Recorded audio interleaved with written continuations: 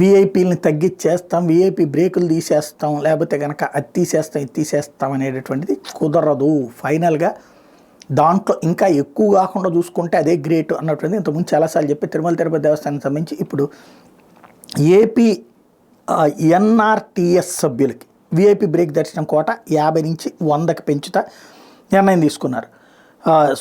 సుపథంలో ఎన్ఆర్ఐలకు 300 రూపాయల టికెట్ల జారీకి సంబంధించి కూడా కీలకమైన నిర్ణయం తీసుకున్నారు. శ్రీవారిని దర్శించుకు వచ్చే ప్రవాస భారతీయులు విదేశీయులకి తిరుమల తిరుపతి దేవస్థానం సుపథ మార్గంలో సులువుగా దర్శనం కల్పించే ప్రివిలేజ్ని తిరుమల తిరుపతి దేవస్థానం కల్పిస్తుంది. దేశానికి వచ్చినప్పుడు విమానాశ్రయంలో వేసే స్టాంపింగ్ తేదీ నుంచి నెలలోపు దర్శించుకోవాల్సి ఉంటుంది.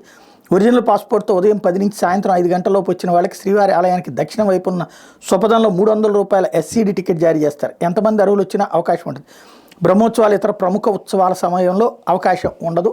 అది ఇప్పుడు 50 నుంచి 100 మందికి ఏమో బ్రేక్ దర్శనానికి సంబంధించి వీఐపీ బ్రేక్ దర్శన కోటాని 50 నుంచి 100కి పెంచుతూ నిర్ణయం తీసుకున్నారు. ఇక్కడే విశేషం ఏంటంటే ఇది ఎవరికి ఉంటుంది, సాధారణంగా ఏ పార్టీ అధికారులు ఉంటే వాళ్ళ ఎన్ఆర్ఐలకే ఈ ఆప్షన్ దొరుకుతుంది.